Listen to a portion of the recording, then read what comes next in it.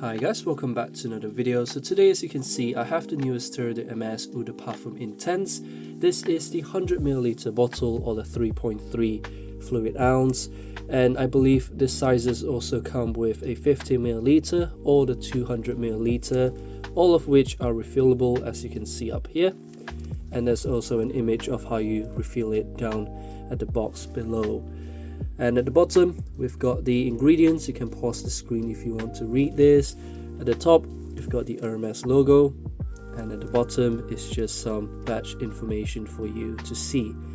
So packaging wise, it's very similar to all the other Terre D'hermes.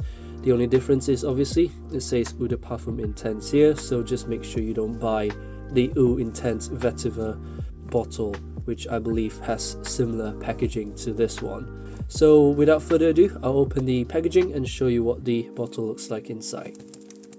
So the bottle looks something like this. As you can imagine, it's very similar to all the other Terre D'hermes bottle. As you can see, it has a very sleek and square design, very clear. The bottom, we've got some orange kind of a hue going on, and it contains the batch code information, which I believe is etched at the back down here.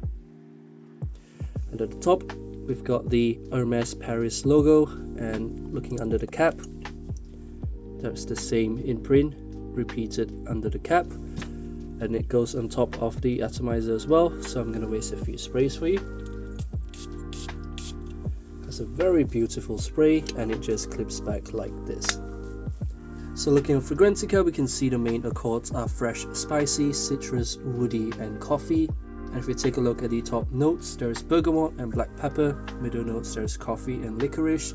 And the base notes, there's woody notes, lava, and stone. So after applying the EDP Intense on my skin and clothes for a good few hours, the opening for this fragrance is exactly how you imagine it to be. It's very citrusy, very aromatic, and definitely very woody. The only difference is that the opening contains a very subtle hint of the coffee note. And what I mean by subtle is that it only lasts for about 10 to maybe 30 minutes. And if you're lucky, you might catch a whiff of that coffee note after about an hour of applying this fragrance. And personally, I think it's a combination between the original Terre D'hermes mixed in with the Eau Vetiver with some coffee note and maybe a subtle hint of licorice as well. And you get basically the EDP Intense. And I've read comments on Fragrantica where they didn't really like or enjoy this release, but in my honest opinion, I think this is definitely a decent release. It's not the worst, it's not the best, but to be unbiased about this, I think that it's a much more of a refreshing release based on the original Terre D'hermes, mixed in with a coffee note to make this a little bit special. But overall, if you enjoy the original Terre D'hermes mixed in with a little bit of a vibrant touch of the coffee note and maybe a little bit of that citrusy sweetness, then you actually might find this release interesting.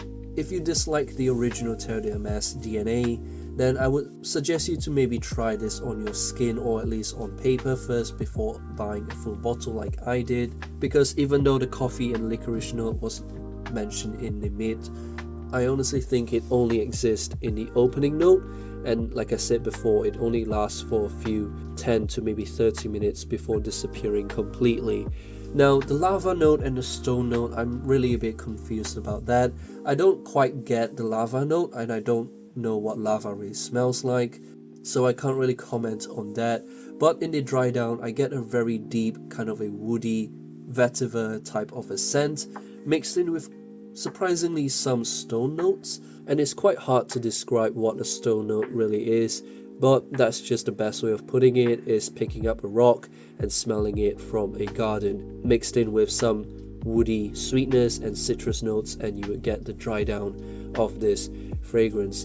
Now overall, I would say the longevity and projection, for me at least, is not that strong. I would say it lasts a solid 7 to maybe 9 hours of longevity, and it projects for a good 6 feet radius before it turns to a fairly faint skin scent after about an hour or so. The performance on this fragrance isn't really the best, and I would say it's quite similar to the original Terre D'hermes, and for that reason I would give this release a solid 6.5 out of 10.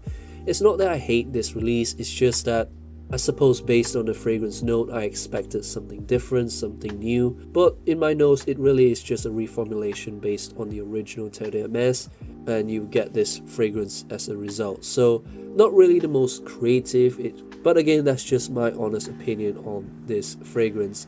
So let me know what you think about this in the comments below, whether you've tried this and what you think about this. And I know some people would disagree that this smells similar to the original Terre D'hermes. So let me know why, and as usual, I'll see you all in my next video.